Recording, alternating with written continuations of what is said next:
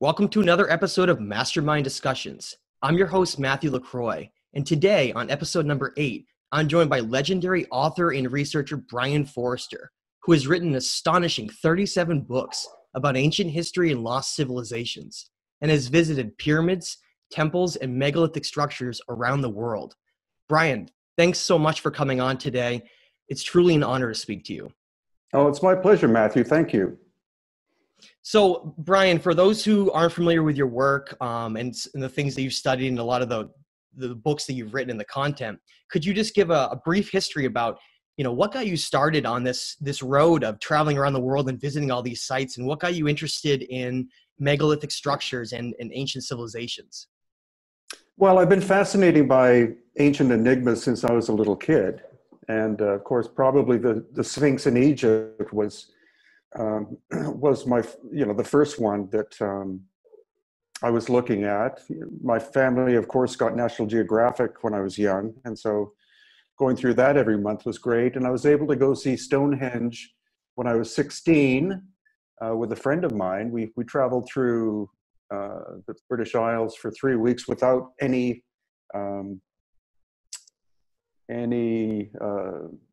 parent or guardians. We just freely moved around by train and stuff. And we actually got to walk to Stonehenge late one afternoon, and there wasn't even a fence around it at that time. So you could literally walk up and touch the stones.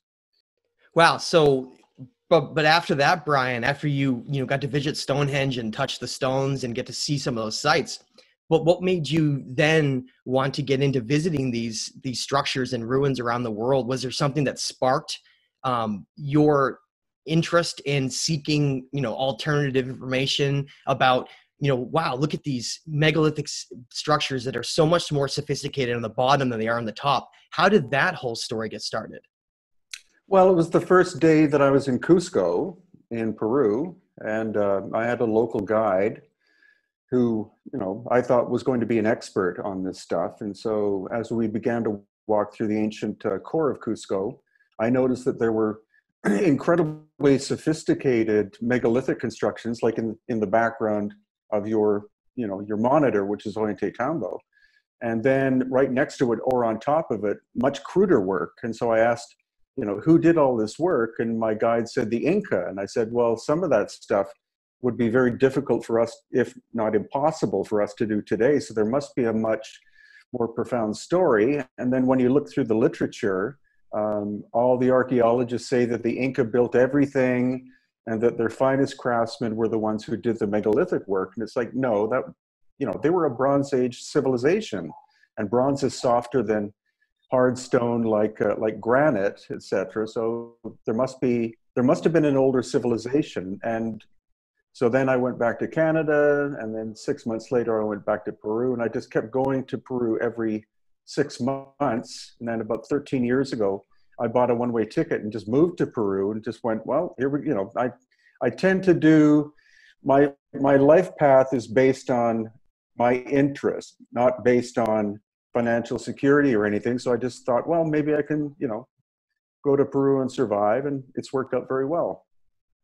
Well, I just want to say I consider you the premier megalithic expert of the world. There are many others, and I got to give credit to individuals like Graham Hancock and John Anthony West and Robert Schock and many others that have looked at places like the Sphinx enclosure and the weathering and looked at other sites. But in my opinion, there's no one else like you who has gone to so many of these sites and pointed out places where, hey, this doesn't really jive with what we're told in terms of one civilization being here and building it. And I want you to speak on this really quick, but I want to bring up one that I think is really bears a lot more exploration. And I almost was able to go visit that site, but due to COVID, I had to cancel my trip. And that's Uxmal down in the Mayan area of Mexico. You visited this site, and supposedly the Maya don't have as much megalithic structures as some of the other sites around the world. And my personal opinion on that is because of the type of rock that was present there. But I wanted to get your take on something like the Temple of the Wizards and how you break down the name Uxmal itself, perhaps meaning built 3 times, right? Mm-hmm. Yeah, we were very fortunate that our local guide was fluent in Nahuatl, which is the Aztec language, but he also understands a lot of Maya. So whenever we'd go to a site, I'd ask him, what's the original name of the place? Because that's key no matter what country you go to, whether it's Peru or Egypt or Mexico. And he said, it means built 3 times. And so I just thought, well, let's have a look. And as we walked around, I could see 3 levels of construction. There's like the Spanish conquistador style, and then the Mayan, and then clearly there was a megalithic core to some of the structures, because you see these like massive beams, very tight fitting together, which the Maya probably couldn't have done, just like the Inca couldn't have done certain things. So again, it's much more subtle in Mexico, but many different sites show that there were original builders there long before the cultures that we think of.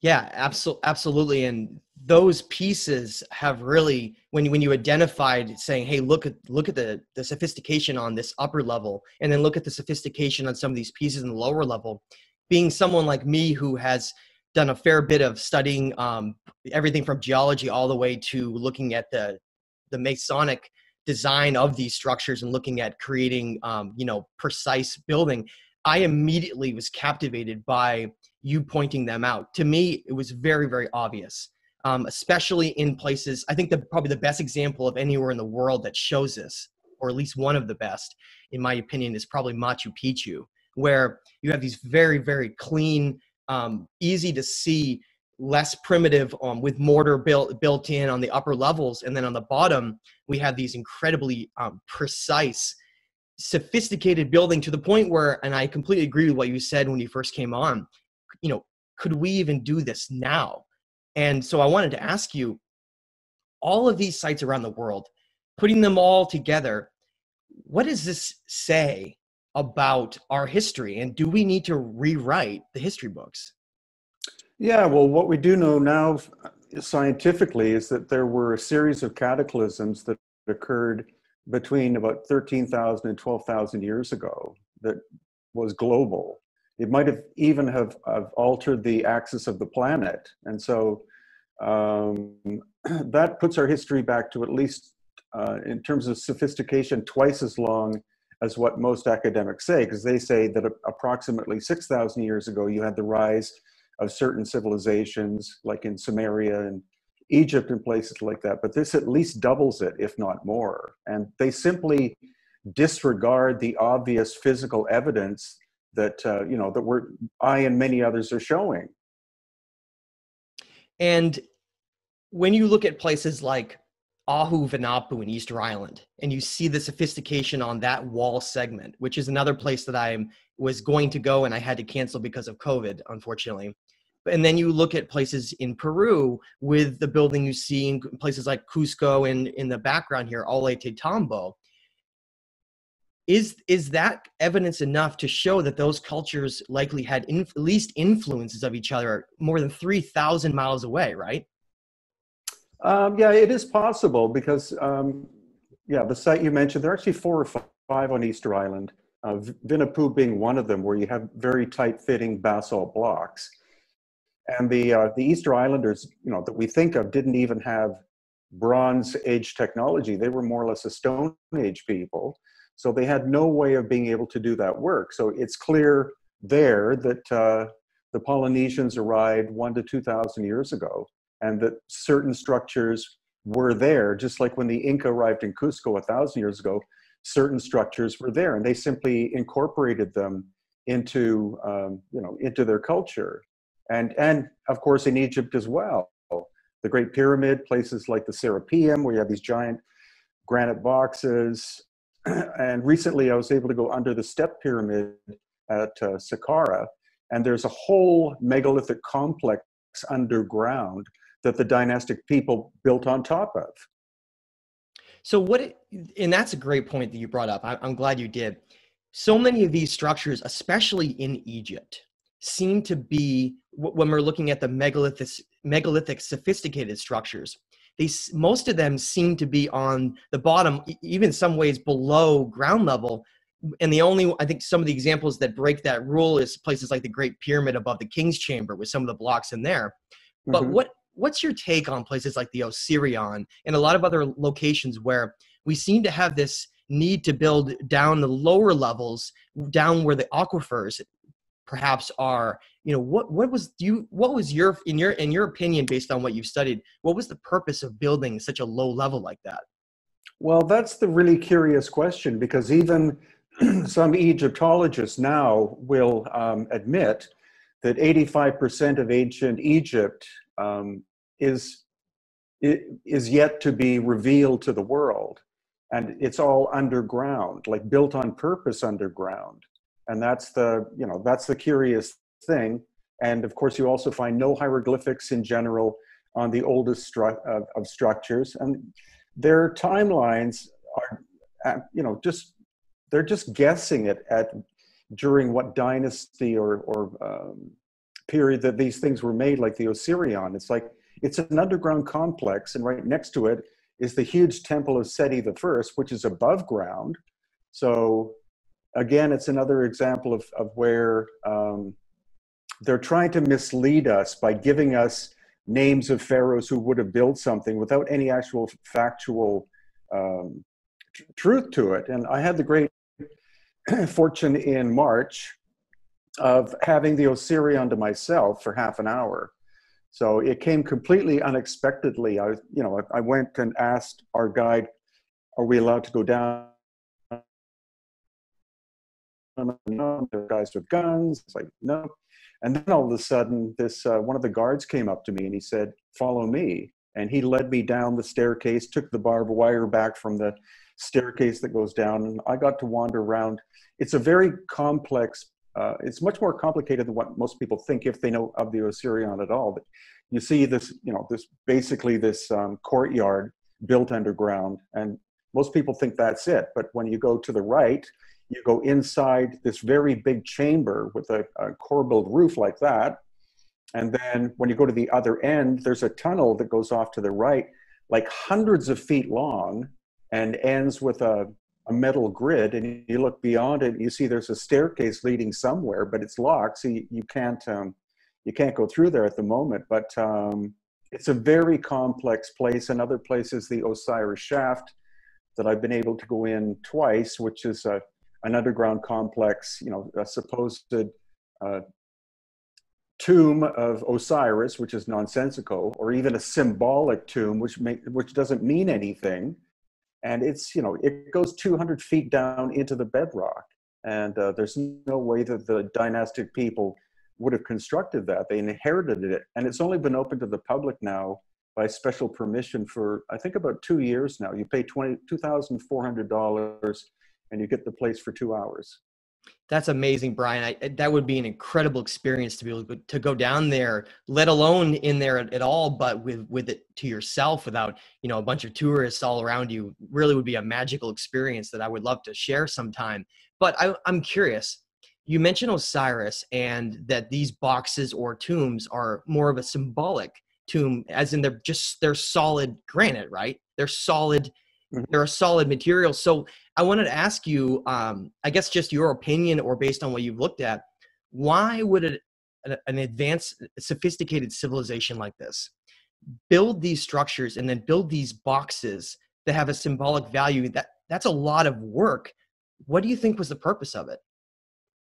Well, in the case of a lot of the boxes, these boxes weigh up to 100 tons, and each one is made out of, like, the lid and the box are made out of one piece of stone, because they also have other examples inside the Cairo Museum and outside the Cairo Museum, brought in from different locations. I think mainly from Saqqara, though. Saqqara is one of the largest archaeological sites in the world.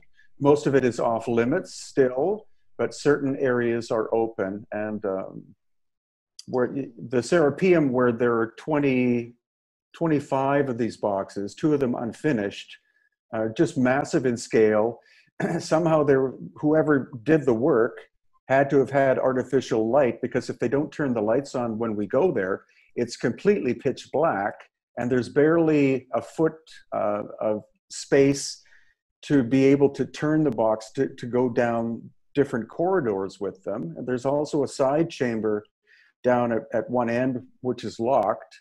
And fortunately, one time we were there and the guard opened it up for us, and we got to go into see another series of boxes. And he said, it keeps going. Like there's another door that's locked. And he said, no, you can't go through there. But he said, it keeps going and going and going. So these places are much bigger than what most people realize. That's incredible. So like you said earlier on, as much as the Great Pyramid of Giza is magnificent, and it is, but there may be some of the greatest secrets in Egypt are actually below the ground.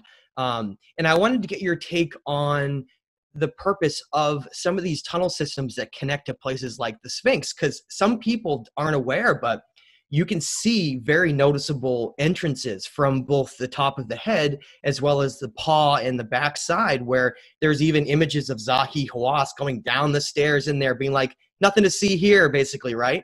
And I'm just curious about your opinion about those tunnel systems, and what was the purpose of connecting something like the Sphinx to something like the Great Pyramid of Giza and some of the other things like the Tomb of the Birds and some other locations? Well, yeah, the interesting thing is that some people speculate, like I think John Anthony West speculated that the Sphinx is probably 36,000 years old. So it's not simply 12,000. It's like he thinks it's 1.5 precessional cycles. And Robert Schoch, he changes his statement every once in a while. I think he's up to 12,000 years old now. But still, that's twice as old as the dynastic people. And also the causeway that goes from the Great Pyramid down to the Sphinx is built at an angle. Normally, the causeway would be 90 degrees from the flat surface of the pyramid.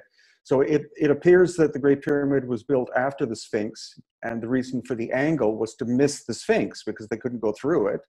Also, the tunnel system seems to be, it's north, south, east, and west, and it goes several stories underground. I've been 4 stories underground so far, but I've been told it goes at least 10, if not 20 stories down. And it's also believed that sites like Saqqara, which again is a massive location, that there's a tunnel system there that goes at least as far as the Giza Plateau that we think of, because Abdel Hakim Awiyan, who was an elder who died some years ago, he was filmed in a series called The Pyramid Code, and he stated that when he was young, he was able to go from Saqqara underground to Giza by crawling, swimming, and walking upright. And the unfortunate thing is that the exact location where the shaft is that he went down has been covered in concrete. So, again, this is a way for academics to try to hide the evidence of what's actually there.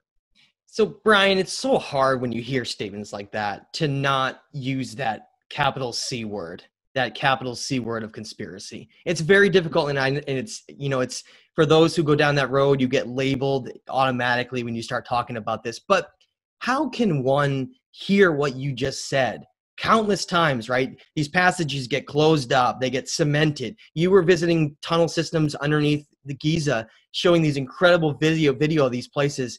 Places like the Tomb of the Birds were discovered, and then they were exploring it, and then bars got put up right in the middle of the exploration. All these different moments keep happening where it seems like this information is being deliberately, I guess, covered up. Do you think that's just to protect this narrative that we have of history because it's too difficult to want to change it? I'm just curious, without getting too deep down that road, what's your opinion about why they do this? Well, I think they're still trying to defend a paradigm, and the paradigm is that everything was built by the dynastic people. But the megalithic stuff clearly shows that that was not possible.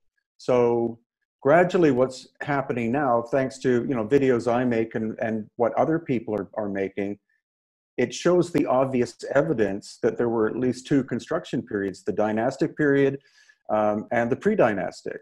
And it's the difference between night and day.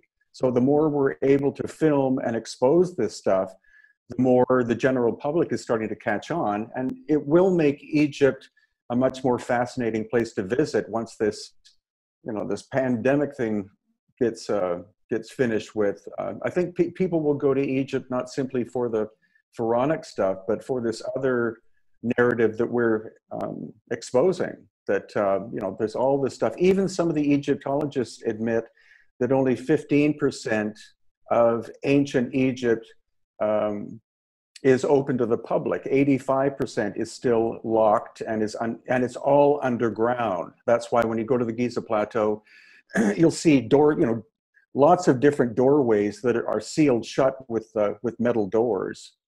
But gradually, the authorities in Egypt are slowly starting to open some of these things up, like the Osiris shaft, as I mentioned earlier. That was never open to the public until I think it was 2 years ago.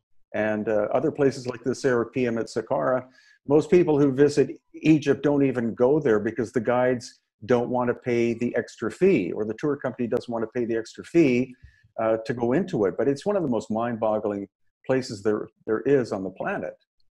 I got to say, I really feel like between Egypt and Peru and Bolivia, those two locations have so many megalithic secrets and underground places that you could almost spend a lifetime exploring them. And I'm encouraged by the work that you are doing and many others to change this paradigm, as you said, this paradigm of history that's tightly controlled as far back as perhaps the Roman Empire. But the point I'm trying to make is that paradigm changing now? Do you see any hints of that changing? Yeah, I do. And actually, the guide we had in March, I can't actually mention his name because he's working on his PhD right now, and he knows about he knows the difference between dynastic and dynastic, but he can't say anything about it on camera. So I had to be very careful just to film him at the dynastic sites and let him talk about Horus and Osiris and stuff like that. But he would pull me off to the side every once in a while and tell me about this stuff that is hidden there that he has seen himself, including a huge megalithic complex underneath the step pyramid at Saqqara. He said it's like an underground city that he was able to see once when he was much younger. And he believes that the new people in charge of the antiquities in Egypt will gradually open more and more of these places up, simply because they want, A, they want the revenue, B, they want the tourists to come back, and C, some of the younger Egyptologists know that there is the pre-dynastic stuff, and gradually they're starting to talk about that. So that's changing the paradigm away from the controlling aspects of people like Zahi Hawass, who of course knew all of this stuff, but he would emphatically state, that all of it had to have been done by the dynastic people. A few days ago, supposedly Elon Musk sent out a tweet saying that the Great Pyramid was built by aliens, and automatically Zahi Hawass had to make a video saying, how dare you, say such a thing, because obviously the dynastic people did, but he's lying through his teeth. I couldn't agree more. To say he's not a hero of mine is probably an understatement. But since you brought it up, I got to ask, because people are going to say, Matt, come on, you got to ask. You've been on the show Ancient Aliens quite a few times. I am a type of person who has a different type of perspective. I don't use the word alien. I study things like, who were these ancient gods, whether or not they were just symbolic or what. But I just wanted to get your take. These structures were built by we can obviously agree these structures were built by a sophisticated civilizations, if not a civilization, who had incredible knowledge about even potentially things like the diameter of our planet and even potentially the distance away from our sun. Do you think, I guess you can answer this however you're comfortable with, but what is your perspective on where this knowledge came from? Well, the more I see it, the more I look at these places. Like, I've been to Egypt 8 times. I've been to Machu Picchu, I think 83 times. I've been to Ollantaytambo, which is behind you, more than 100 times. And the more that I visit these places, the more obvious it becomes that you have these two different construction styles. And as we know, some of this stuff would be very hard for us to do with modern 21st century machines. In some cases, we couldn't replicate this stuff. So I'm open to the idea that it was an ancient, advanced technological civilization that came and visited and constructed and then left. Maybe they left because of the cataclysmic activity. And also everything seems to have been pragmatic. Like, what's behind you is part of what's called the Temple of the Sun at Ollantaytambo. And that's something that the Inca named it because they found it damaged in place, and then they built all around it. So yeah, I'm starting to think more and more that it was off-world visitors rather than being an advanced ancient civilization, because we have no actual evidence of anything like so-called Atlantis. People keep saying Atlantis is in the Atlantic, or it's in Quebec, or it's in, here, there, or it's Antarctica, or whatever, but we don't have any actual evidence of their existence. So I think, yeah, the more I visit, the more I'm very much open to the idea that it was visitors who came and built for some pragmatic reason these, what we think of as energetic structures, or structures that are very sensitive to vibration and energy. And they had the capability, in the case of, for example, Ollantaytambo, to be able to manipulate matter, like to make it soft, very temporarily, as if it was marshmallow material. And so then the stones would basically perfectly fit each other because it was temporarily made soft. And the mountain from which the stone of Ollantaytambo comes from is across the valley and on top of a mountain. So how could the Inca how could they have cut and transported blocks that weigh up to 70 tons? There's just no way. That's absolutely amazing. And to me, it's so obvious that we're talking about a culture or cultures that were so sophisticated that they had understandings that we don't even have today. And I find that to be incredibly amazing, considering that we're told in our, official history books that we're given that these were all built by the Inca, less than 5,000 years ago. And that's the whole story, and there's nothing else to it. But like you said, when we're talking about precision, we're talking about structures that were so precise that, like I said before, we perhaps couldn't even build them today with some of the finest masons that are around. I know that I believe you had met and talked to some when you were explaining or trying to understand places like Tiwanaku or Pumapunku. And some of them, I think you did this quite a few years ago, but some of them came back and were like, I don't even think I could do this with some of the tools and machinery I have today, right? Yeah, well, that's very true. We've had quite a few stonemasons and geologists and engineers and people like that, professionals in specific fields come and explore these sites with us in person. And they all say the same thing. They say, there's no way that culture could have done it. So there had to have been someone with much more sophisticated technology, much farther back in time, that did it. And the other thing is, most of these places, every stone is unique in terms of its shape and size, and we don't approach construction that way. We like to have one uniform thing, like a brick or something, and whoever was building this stuff were, just like, well, I need a piece shaped like this, and it goes there. Then I need a piece like this, and it goes there. And it's not what we would think of as a logical way to build, but the evidence is, there. Yeah, and it's difficult for me to wrap my head around, exactly what the purpose of these structures were. And I want to expand on a concept and get build up to where we can try to maybe together discuss, why they would have built them like this. For example, one of the things that's, I think, one of the greatest examples to bring up to connect all of this, that we sort of scratch your head wondering, how the heck something like that could have been done, is when one of my favorite videos is when you explored the Karnak temple complex, and you were pointing out how there are places within Egypt, especially in Karnak and a few others, where there are these stone blocks that seem to come from a very, very far distance away. For instance, one of them, you identified, using a fellow geologist you were working with, this massive travertine block that is a type of material that doesn't come from even potentially Africa. Is that correct?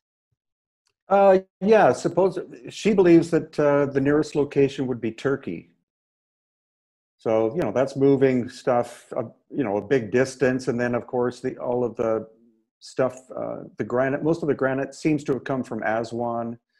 transported hundreds of miles to the north. Some people say, or the standard idea is that the Egyptians built giant barges to transport these stones and the obelisks and stuff. But there are no trees that grow in Egypt of any size that you can use to build a boat out of. So they had the material for the boats and barges would have to be brought in, and that's, you know, a distance of at least 1,000 miles.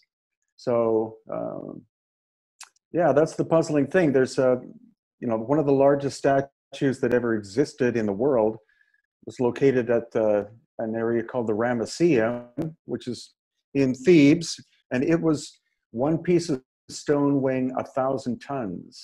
And it was a seated figure of a human being. And now it's, you know, it got blown into many fragments. Some say that the damage happened during the historical time period, but I don't believe that. I think it's much, much older. Well, I'm glad you brought that up, actually. That's a great area for us to expand on. I wanted to say that along the lines of in Thebes, let's stay in Thebes here.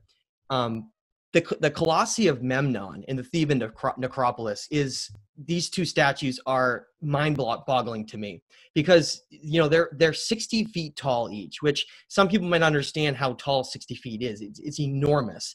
And they're estimated to be 720 tons each. And of course, that comes from your videos. But one of the things I want to ask you is, and it may be something that you've mentioned before, but I've gone into Google Earth and gone right down into those statues and, you know, sort of moved the camera around and looked at where the damage was done, this vitrification on the statues. And I'm finding a measurement or pointing northeast on each one of these statues and many other structures around the world. Do you find a common direction where you're seeing damage come from? And what does that say to you? Yeah, the damage there and at other locations in Egypt, like at Karnak, it appears to have something came from the east. And, you know, Robert Schoch's idea is that it's plasma ejection from the sun.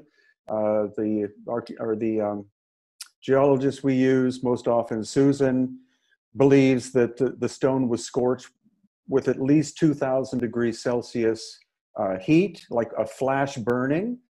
And so the front of the two colossi are more damaged than the sides, and the back are almost intact.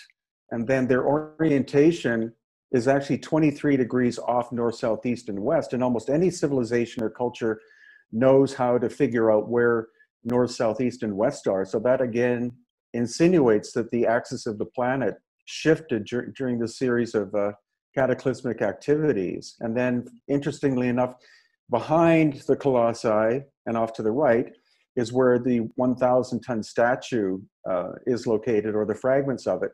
And it's scorched on his backside. So it looks like he was facing into the Valley of the Kings. And so this force came and burnt the back. And you can tell because the way the granite is falling apart is not the way that granite normally does. It's peeling off in layers, and that indicates that the surface was flash heated, and that, you know, parts of it it's still peeling off to this day, and that would have blown the whole thing into fragments. So yeah, we see that at Karnak, we see that at the Ramesseum, and a site in the Nile Delta called Tanis, which is one of the most bizarre locations on Earth. It's a hill, but it looks like the whole thing was scorched with heat, because it can't sustain plant life. And this is the Nile Delta, where most of the food of Egypt is grown. So you have this weird hill that comes out of nowhere, you know, because most of the area is completely flat. And that's the site of Tanis, which we've been to twice so far. So let's try to understand this. We have this north or east direction, or coming from, it seems like this damage has directed itself from, where we're seeing intense vitrification of these very, very hard granite blocks, causing them to literally melt or break apart into pieces from extreme heat. So we know that that is the factor that caused that, okay? So let's build off of that.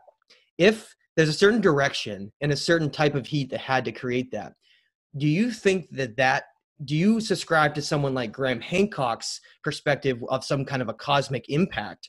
Or do you think, which is what I actually believe as well, that it was more of like a great solar outburst, some kind of an event where it had an impact on not only extreme heat, but also a movement of the poles? Or could a movement of the poles also happen from a cosmic strike? What's your feelings and take on that? Well, I guess that, that's what I cover in my book Aftershock, where I look at all these ancient locations, and they're different theories. They all talk about the same time period. They all talk about approximately 13,000 years ago. You have one theory, which is Robert Schoch's, about the solar plasma from the sun. Then you have Paul Laviolette, who's an American physicist, who talks about ejection from the galactic center, that the black hole that's in the center of our galaxy actually fills up over time and then will suddenly almost like burp or emit a massive amount of energy that goes across the galactic plane, which could have gone through the sun, which could have caused the solar plasma effect, and that this happens every 13,000 years approximately, so twice every precessional cycle. And so those are kind of the prevailing theories. Other people talk about a comet or an asteroid.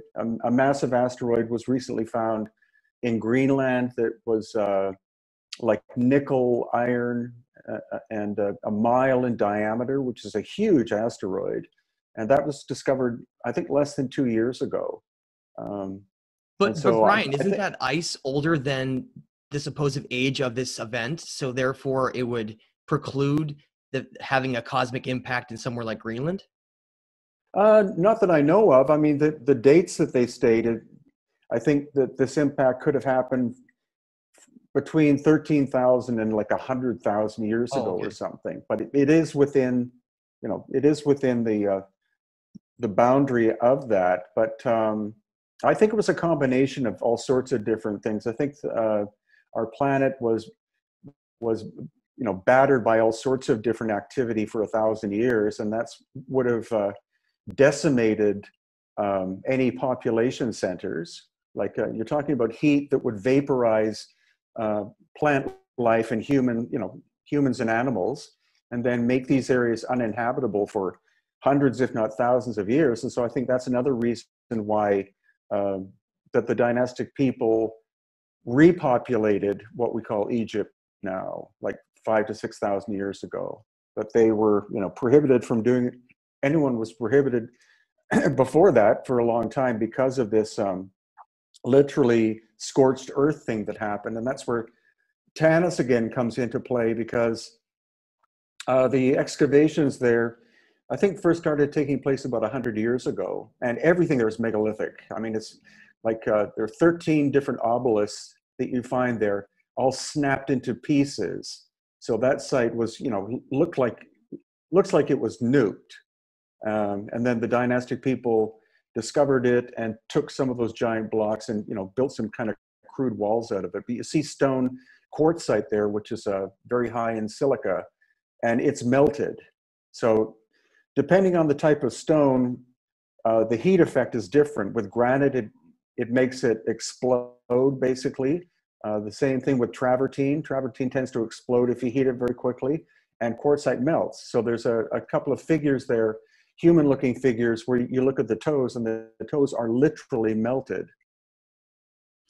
Yeah, it's incredible. I try to, studying this like you do, I try to envision what this event or events must have been like. And I almost have to shake my head at the idea that we probably can't even comprehend the scale and the magnitude, like Randall Carlson says, the different magnitudes of these disasters on the earth. What kind of scale to measure? Do you think that this was like a global event, or did it hit key points on the planet? I think it was global in nature, and it just so happens that the megalithic sites that we find, mainly in Peru, Bolivia, Egypt, Jordan, Lebanon, Jerusalem is a recent find.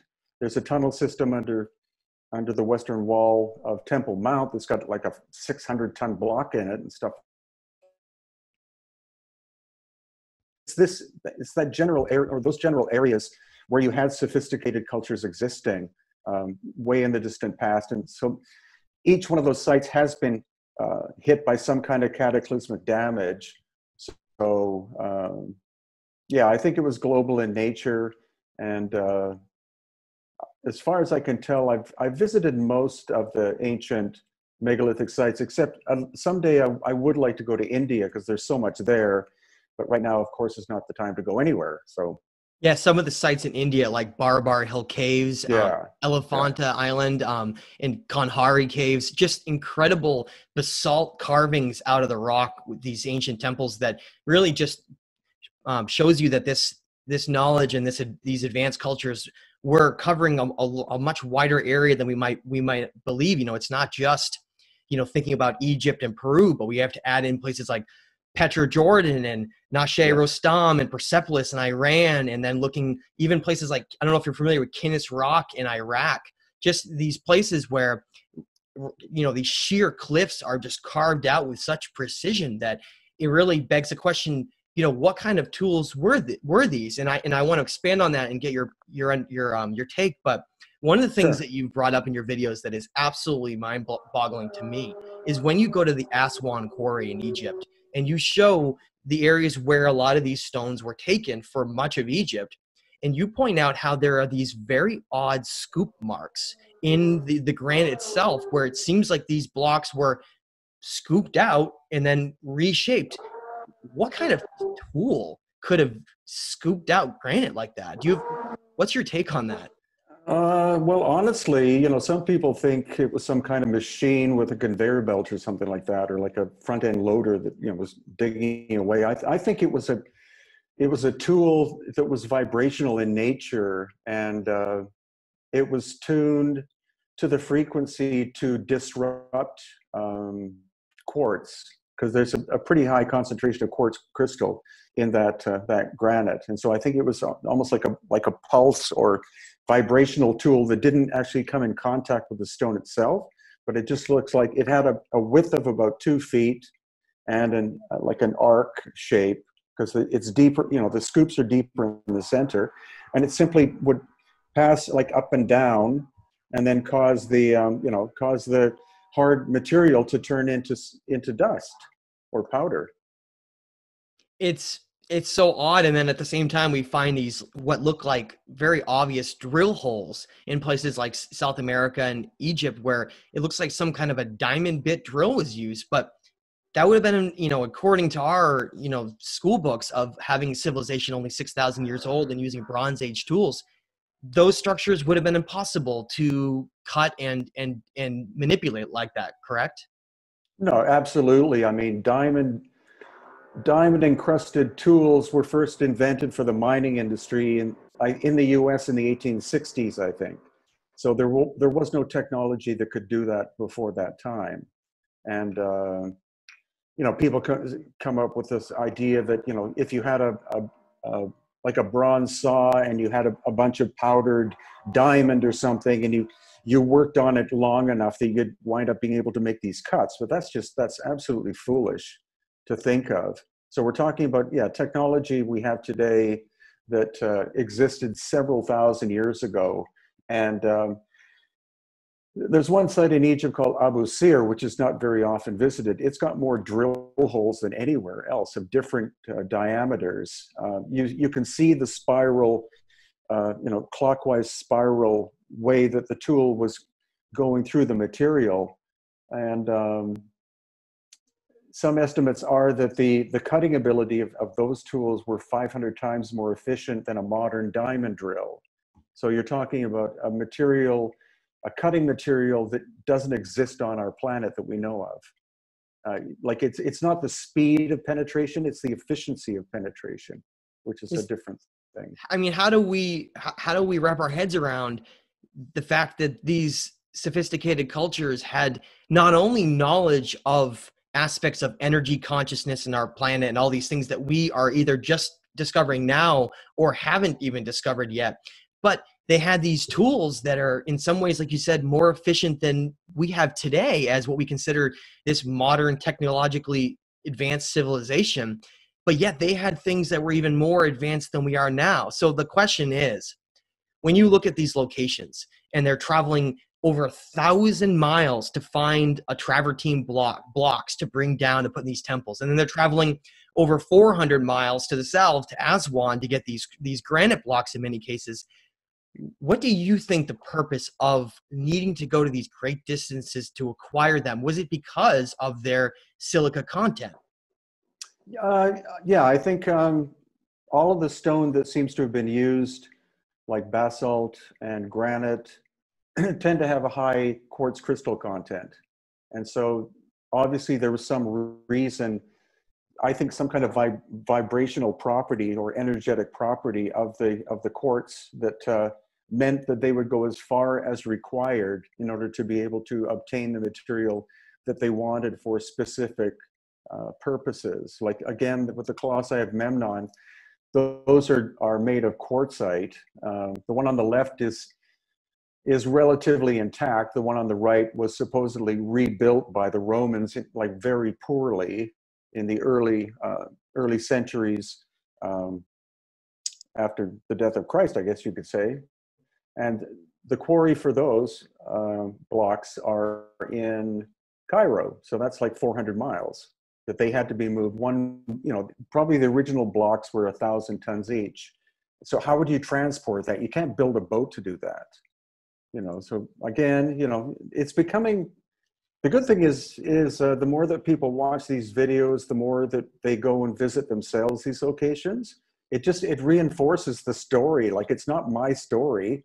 It's just, I've been to these locations so many times. We've never had anyone come with us who's been able to say, yes, I think the Inca did that, or yes, I think that the Egyptians did that. It's like nobody's come away from experiencing these places and have been able to say that. They all go, oh my God, and of course it's much more incredible to go to these places than it is to see pictures or videos. But most people either can't afford or physically can't go to these locations.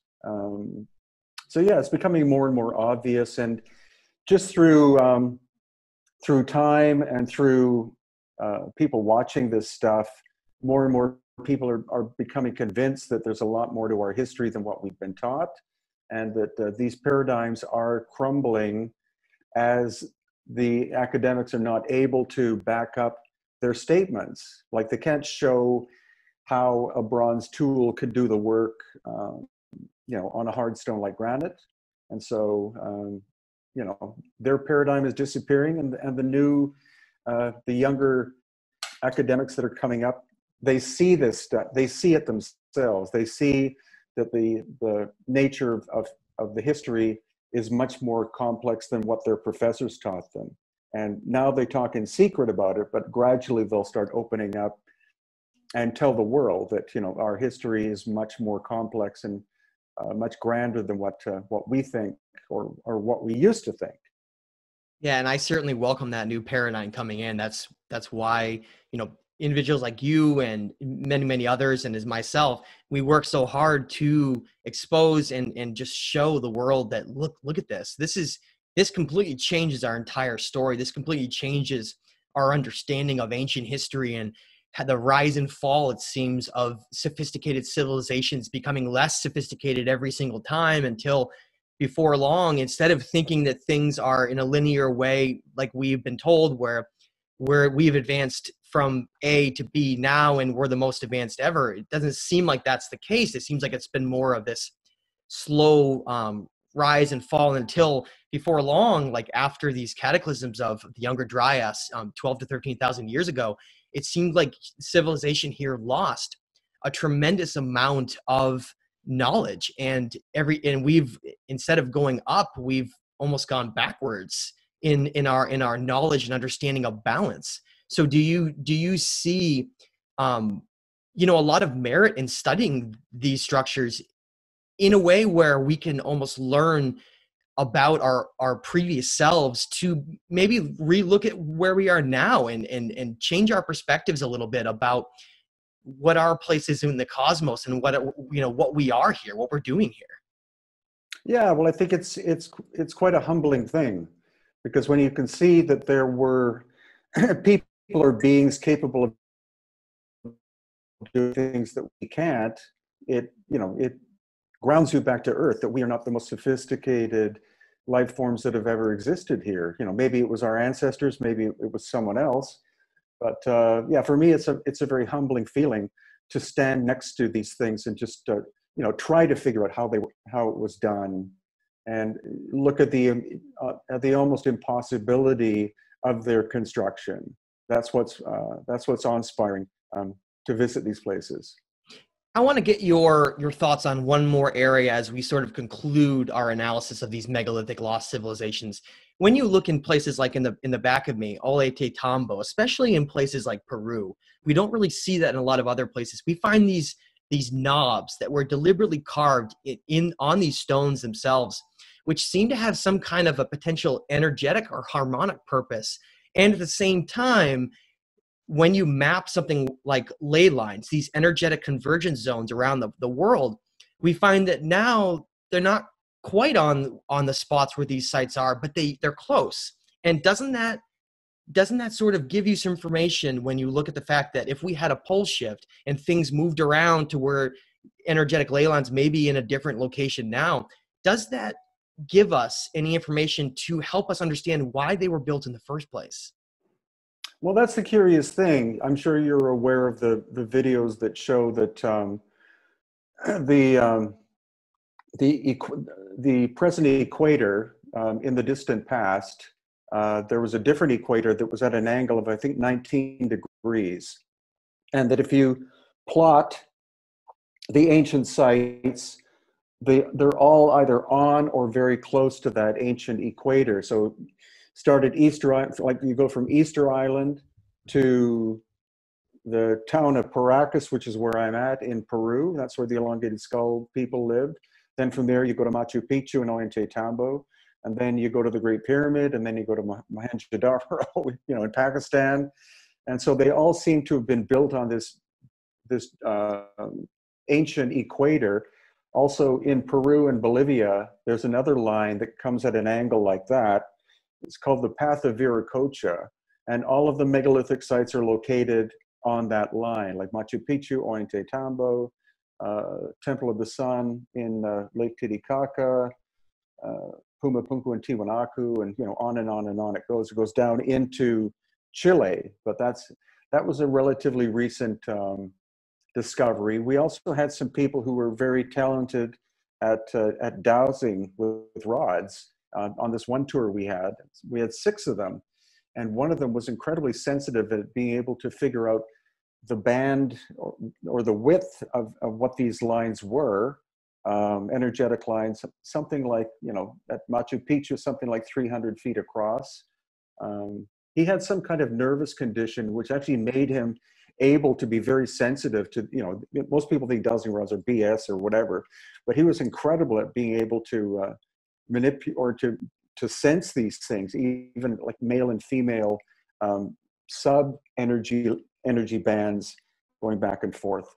So that was quite intriguing.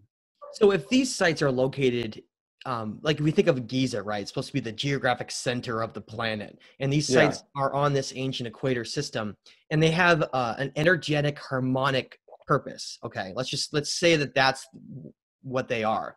And would you say that these would potentially have been built, because we don't have any writings on them, right? There's no hieroglyphs on them. That they're obviously not the purpose that the ancient pharaohs of Egypt had for what we think of as them. So do you think that they were potentially built as some kind of a balancer of energy if these ancient people had known that these cataclysms happen and that there's pole shifting that leads to these incredible disasters, right? Would that potentially imply that they knew that those could happen and that maybe they were building these to prevent the severity of those events? What is your take on that? Yeah, something like that. You know, some of the sites, we don't know how old they are. You know, they're probably 13,000 plus, but we can't say how old they are. But they're pre-cataclysmic. The curious thing is, again, that a number of them the orientation is about 23 degrees off north, south, east, and west. So that suggests that the axis of the Earth shifted And but the Great Pyramids on the Giza Plateau, they're oriented within something like 3 degrees or 3 degrees of arc or something like that from perfect orientation in north, south, east, and west. So I think the Giza Plateau pyramids were built either during the cataclysm or right after the cataclysm by who knows. And that complex was built as a stabilizing energetic complex for the planet. And that's why it was located at the geographic center of the planet. That's very curious. The other ones seem to have been energetic in some kind of way, but what the actual function was, whether it was harnessing or focusing or amplifying earth energy or what, that's kind of the theory that I think that we're looking at now. But for what use? To expand consciousness maybe, or to create localized force fields of some kind or energetic fields. Again, it's something that is so enigmatic. And the knobs themselves, like the standard story is that the knobs were put there on purpose so that the ancient Inca, for example, could lift the stones up and put them into place. And then when you say some of the biggest ones don't have knobs, then the archaeologists say, well, the Inca cut those ones off. It's like, no, because some of the biggest ones don't have any knobs. Again, there's no logic to their story. It seems to be some kind of energetic function, but what specifically, I don't know. Some people think it almost looks like an extrusion machine. How they make plastic products now, who knows? That's one of the biggest enigmas are these knobs, because you find them in many different locations around the world. You find them in India, you find them in Turkey, you find them in Egypt, all over the place. Well, clearly it points to the fact that they had a very specific reason why they did all the things they did. It wasn't random. Like when we think of as, oh, this civilization built here because of their access to water. But look at places like Tiwanaku and Pumapunku, built at 11 elevation up there near you at 11,000 feet in a place that has very sparse water and food. It's very hostile conditions to live up there. So clearly, the purpose of them building had nothing to do with their access to, being able to just grow crops and just create a civilization. It was more of a specific location on the planet that they needed to build them at, rather than having all of these necessary things available around them, which really begs the question of, if they knew that was as important to do as they did. I mean, some of the feats involved in this requiring traveling 400 to perhaps 1,000 miles away to get these blocks that we have no idea how they even lifted. And then you like you mentioned, Ollete Tambo, these stones like are in back of me that were taken off the top of a mountain, stones that are over 50 tons each. This was all very deliberate. This was all done as in like there was a grand plan needed here. So the question is, if that was 13,000 years ago, roughly, that these cataclysms happened that led to the destruction of these civilizations and a lot of the destruction we find on the structures themselves, it means that we know they were built before. But really, what the ultimate question I want to ask you as we conclude here is, here we are 12 to 13,000 years later, and we're finding a lot of increased volcanism and geologic activity going on around the world, and we're seeing the North Pole shifting, and they're flying up there in aircraft and trying to reevaluate where the true north is. Are we in another one of these cycles now? And this isn't a fear-based question. It's just a realistic question. What do you see for our future of these changes? Are we going to learn the necessary lessons needed to be able to reach the next step? Or are we going to disappear just like these past civilizations have? I think we're going to disappear, because it'll come with no warning, and it'll be moving possibly at the speed of light. So I very much, we're within the time window, but it could be tomorrow, it could be 1,000 years from now. I don't think it's going to happen in our lifetimes, but again, according to Paul Laviolette, it's a cycle of and the same with Robert Schoch, it's a cycle of every 13,000 years, plus or minus, a destructive series of events happen. So I think, yeah, one is coming, but yeah, I wouldn't be fearful of it. And I hope it's not going to happen in our lifetimes. But as Is there any well. chance that, with some of the whispers and secrets of some of the technology that we may or may not have, potentially some of the strange visitations to the North and South Pole and some of the interest in Antarctica, do you think that there is potentially an attempt to try to prevent this? Is this a known thing? And is it possible that, in your opinion, that technology that we have present could potentially prevent maybe not all of the solar outburst destruction that could happen on the planet, but what about preventing a full pole shift? No, I don't. I think we're at the whim of the forces of the universe, and people in the know and people with tremendous wealth are either building underground or they're moving to very rural locations in order to be able to cover their own asses, I guess.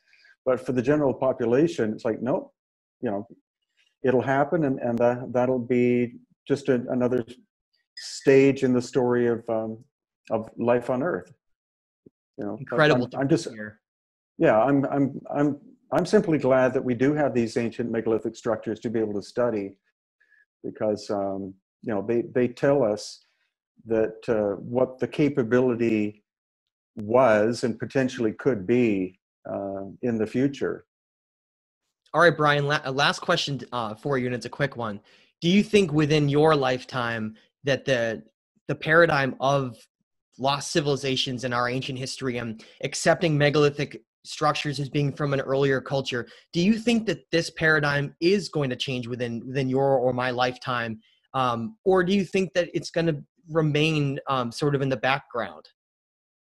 Well, I think more and more people are waking up to it, not the general population, because most people, when they visit ancient locations, they simply want to be told a story. So if the guide says Machu Picchu was built by the Inca, then everyone just goes, oh, okay. They're not shown the difference between the megalithic aspect and the Inca aspect. But every time I go to Machu Picchu now, some of the local guides do come up to me and say, I've been watching your videos and I had no idea that there was a difference in construction technique, but now I know, and that's what I tell the people when they come to visit. So that's more of what I want to do than anything else. Originally, it was to try to wake up the population in general, but now I would like it, or I like the fact that I'm being able to influence local, guides of the complexity of the nature of the things that they show people. That's, I'm very happy about that. That, to me, that means my job isn't necessarily done, but it means that I don't carry the burden of having to be the only one doing this kind of stuff. And of course, there are other great channels like Bright Insight and Uncharted X and many others, the Lost History channel. Like, there are many, many, many YouTube channels now that are talking about the same thing. So that's wonderful. The more of those there are, then the better for all of us. Yeah, and that's one of the main focuses of my channel as well. And the more channels and more individuals we can get that show this and point it out to the public, like you said, the more we can slowly influence a change of mind that eventually will become overwhelming to have us relook at this in a really serious way and potentially rewrite our entire history book. Brian, Yeah. I just want to say I want to thank you for all of the dedication and hard work you're doing around the world on all these sites. You've changed my perspective and really helped clarity in my own perspective of looking at ancient history and lost civilizations. And I want to say just thank you to all those people that feel the same way as I do, and also for coming on the show today and having this great discussion. Can you go ahead and tell everybody where they can find your work, and maybe even just end out and just letting people know some of these future visits and projects that you're working on? Sure. Well, everything is basically at my website, which is hiddenincatours.com. And, links to like I've got 1,470 videos now or something like that. And like 97% of the website has free information, because that's my main job, is to share what I learned with the world. There is a commercial angle to it as well, and like the books and the tours, the tours are presently on hold because of, because of what we're all going through.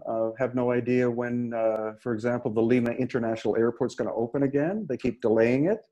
But I'm still, I'm still planning on doing tours in Egypt and Peru and Bolivia, once in a while Easter Island, once every 5 years go to Turkey maybe, and Baalbek and Petra, places like that.